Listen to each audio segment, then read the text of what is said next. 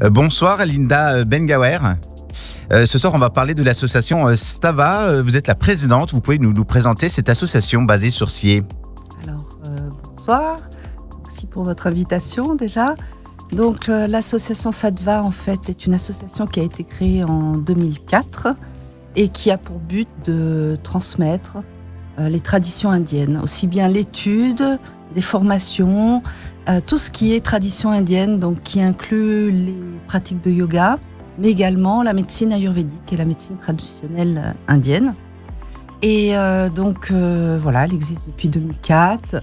Et en même temps, elle a aussi pour vocation de soutenir certaines activités en Inde, et notamment une école qui se trouve dans le Tamil Nadu, qui est juste à côté d'Auroville. Donc Auroville, c'est un lieu un petit peu particulier qui a été créé dans les années 60 avec l'idée de faire une terre un peu nouvelle où les gens sont plus libres, plus dans le partage, voilà, avec beaucoup d'humanité et de vision assez élevée de l'humanité.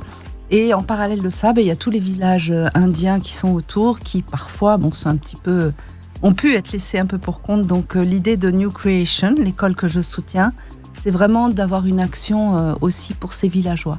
Donc elle ne se trouve pas dans la cité d'Auroville même, mais elle se trouve dans un village juste aux portes d'Auroville. Et pourquoi vous avez créé cette association? Vous êtes d'origine indienne? Alors moi, j'ai créé l'association Stava. Je ne suis pas du tout d'origine indienne, parce que j'ai un père d'origine français, mais d'origine algérienne, et une mère danoise.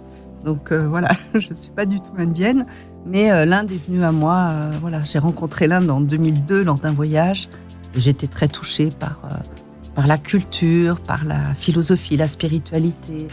Et c'est une terre où on apprend beaucoup. Il y a tous les extrêmes et en même temps une grande sagesse, en même temps beaucoup de choses très difficiles. Mais c'est une terre d'apprentissage extraordinaire. Et voilà, et c'est un pays qui m'a touchée vraiment dans le cœur. Et je me suis sentie tout de suite très proche de cette tradition. Et d'où, voilà. Et combien d'adhérents dans votre association? Alors c'est variable parce que ça dépend un petit peu des années, ça va de 30 à 40, 50, ça dépend un petit peu des années.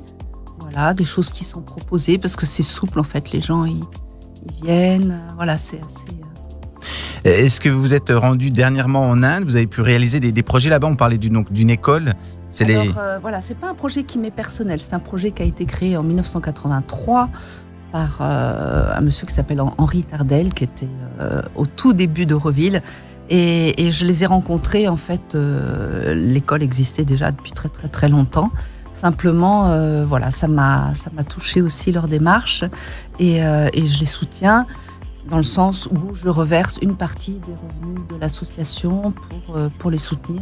Et cet argent, il va servir à toutes sortes de choses. Ça va aller d'acheter une machine à laver parce qu'elle est tombée en panne, à des vélos pour les enfants pour faire des activités, à du matériel pour la structure elle-même, puisque c'est une école, mais en même temps, elle accueille aussi des enfants qui sont seuls, en fait. C'est à la fois une école où les enfants peuvent venir la journée, bénéficier d'un enseignement qui est basé sur des méthodes très, très libres et très ouvertes d'enseignement et de respect de l'enfant. Et en même temps, voilà, il y a des enfants qui sont là, qui dorment là, qui habitent là, qui n'ont plus leurs parents ou qui sont dans des situations très, très, très difficiles. Donc voilà, il y a des enfants qui sont là la journée, d'autres qui restent dormir. Donc tout ça, ça a besoin de fonctionner. Et particulièrement en ce moment, c'est difficile avec le contexte global. Et il se trouve que New Creation, l'école, c'est un projet, c'est quelque chose qui existe depuis 83, mais comme un pilote qui est toujours en train d'affiner son approche. Et finalement, ils vivent aussi en partie des aides de personnes comme moi, d'autres associations, je ne suis pas la seule. Et également, ils vivent avec une guest house qui accueille des gens qui viennent parfois pour une semaine, parfois pour plusieurs mois, pour vivre un peu cette vie à l'indienne et prendre connaissance d'Auroville. Donc du coup, en ce moment, ils ont effectivement très, très, très peu de revenus. Donc ça pose des gros problèmes. Donc voilà, on essaie d'être vraiment là. Et c'est intéressant parce que j'ai séjourné avec eux, je suis restée longtemps avec eux, je sais comment ça marche, on a une confiance totale. C'est très important dans des projets humanitaires comme ça, parce que j'ai des amies infirmières qui ont fait des projets humanitaires dans des endroits où elles ont été très déçues, où elles ont découvert vraiment des choses pas toujours très claires. Et là, c'est une transparence totale. Donc Voilà. Et quelle est la situation des habitants sur le terrain? Elle est compliquée, je pense. Alors, elle est très compliquée dans les villes, particulièrement. Dans les campagnes, c'est un petit peu... Ça dépend. Ça peut être un peu moins compliqué.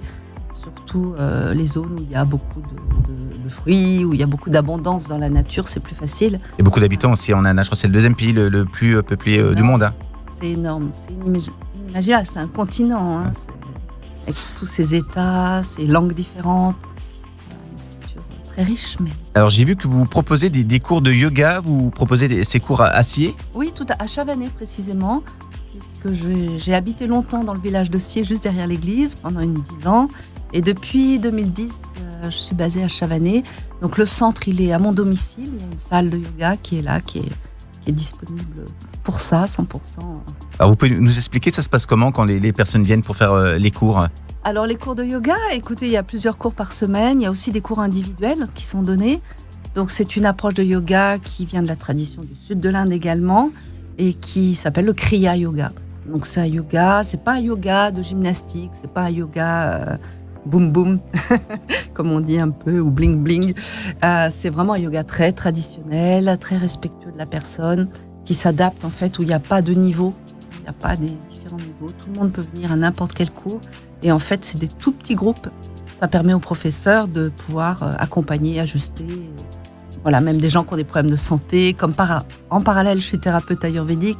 J'ai créé ces cours au départ pour aider les gens qui avaient des problèmes de santé. Et c'est des gens qui viennent de Sillé, des communes des environs? Oui, des environs, tout autour. Oui, des villages tout autour. Voilà, il y a différentes choses. Après, quand il y a des stages, les gens peuvent venir de beaucoup, beaucoup plus loin, de toute la France et de la Suisse. Et voilà, après... J'ai vu donc. C'est différent, mais les cours, c'est local.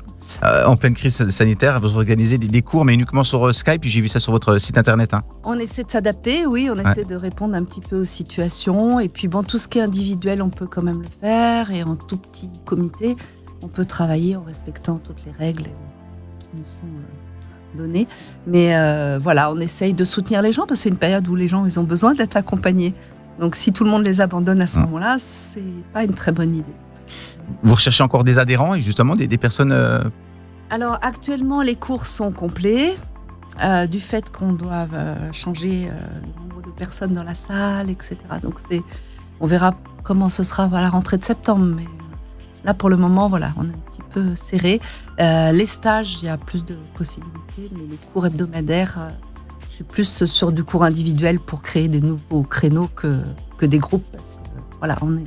Et pour les auditeurs qui sont intéressés, il faut qu'ils s'y prennent comment? Sur un site internet, une page Facebook, un numéro de téléphone? Oui, les deux. Vous avez un site internet qui est www.centresadva.com, Sadva, S-A-D-T-V-A.com. Il y a aussi une page Facebook, c'est Sadva, école de Kriya Yoga et Ayurveda. Et le téléphone aussi, mon téléphone personnel, mon portable, qui est 06 80 35 12 82. Les gens peuvent me contacter, bien sûr. Mais comme je dis, pour le moment, ce sera plutôt du cours individuel.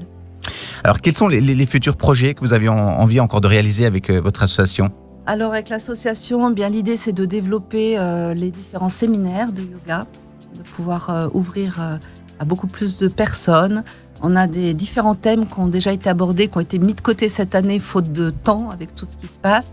Mais notamment, il y a des stages de yoga ayurveda pour les femmes, spécifiques, des stages pour les gens qui ont des problèmes de dos, pour l'insomnie. Vous voyez, on peut cibler différentes choses et aider avec les connaissances de yoga, les pratiques de yoga. Et quand on dit yoga, on ne parle pas que de posture, mais également ce qu'on appelle les pranayamas, les respirations, mais également les dharana, les concentrations, les dhyana, l'état de méditation. Vous voyez, d'amener les gens à trouver des outils pour vivre mieux dans ce monde un petit peu fou. Et le mot de la fin, Linda, pour terminer cette interview?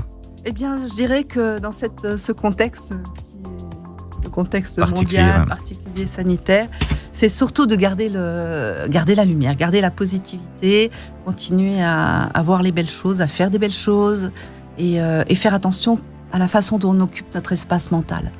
Parce qu'on se pollue soi-même très souvent. Donc voilà. Eh ben, merci Linda d'avoir été avec nous sur Tenant Alpe Radio. Merci à vous. Belle journée.